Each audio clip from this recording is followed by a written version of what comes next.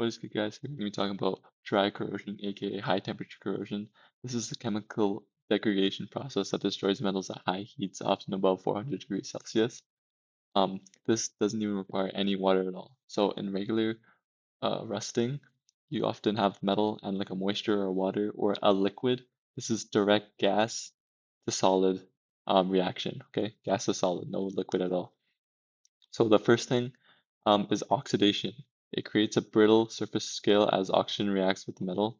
This basically means you have the metal, you have oxygen. The oxygen needs its electron, right? O needs its 2 minus, right? O2 minus.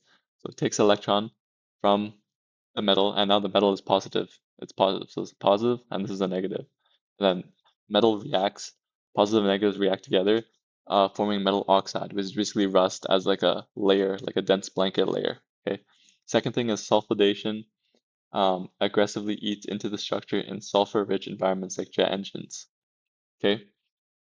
So sulfidation now is kind of the same concept, but sulfur instead. So sulfur hits the metal and takes the electron, and it reacts with the metal cation. And the negative and the positive charge forms metal sulfide.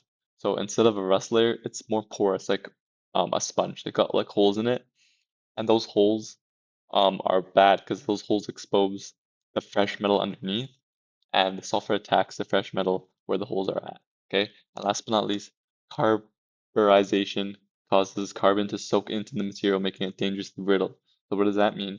Is carbon atoms from hot gases like fuels or oil, they land on the metal, but because carbon atoms are really tiny, they don't just stay on the surface, they tunnel into the gaps between the metal atoms. And once inside, those carbon finds other atoms like chromium, irons, and bonds with them to form chromium carbide, which is useless. And these carbides act like a ceramic rock, just scattered in the flexible material, making the material really hard. So it loses its stretch, it loses its bend. If you have like rocks kind of like stuck in the grains, it can't really bend, it snaps instead. So it loses its stretch, and instead of bending, it becomes brittle and can shatter or crack. So this kind of implements 2 or 3 of the corrosions I talked about in the past. Versus intergranular corrosion, you take chromium out of the grain, put it in the grain boundary, make chromium carbide. It's stuck in the layer, it's stuck in the boundary, becomes brittle. Um, Another thing would be stress cracking corrosion or hydrogen embrittlement, where it's the ductile to brittle type of transformation for our metals. So basically, because these processes happen at a molecular level in furnaces, turbines, and reactors, they require really specialized alloys and coatings to prevent catastrophic structural failure. So let's kind of take a look at what type of um, alloys, specialized alloys we need.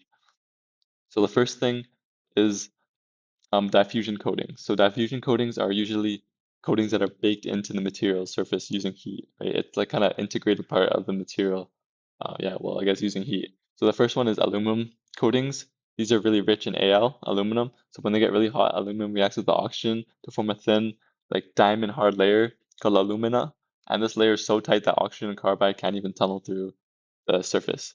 The second thing is chromium coatings.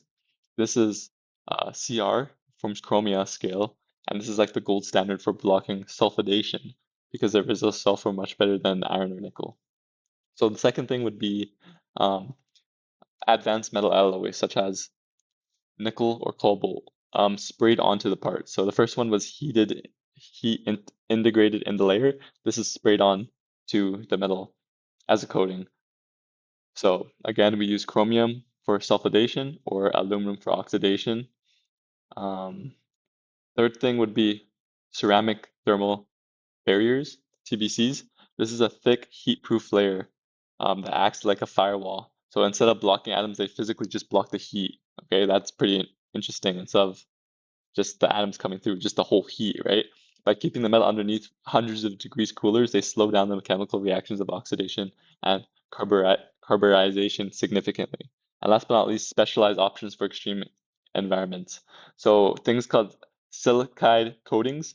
These are ultra high temperatures above 1500 degrees. They form like a liquid glass layer that actually can self-heal by flowing into the cracks that form during service.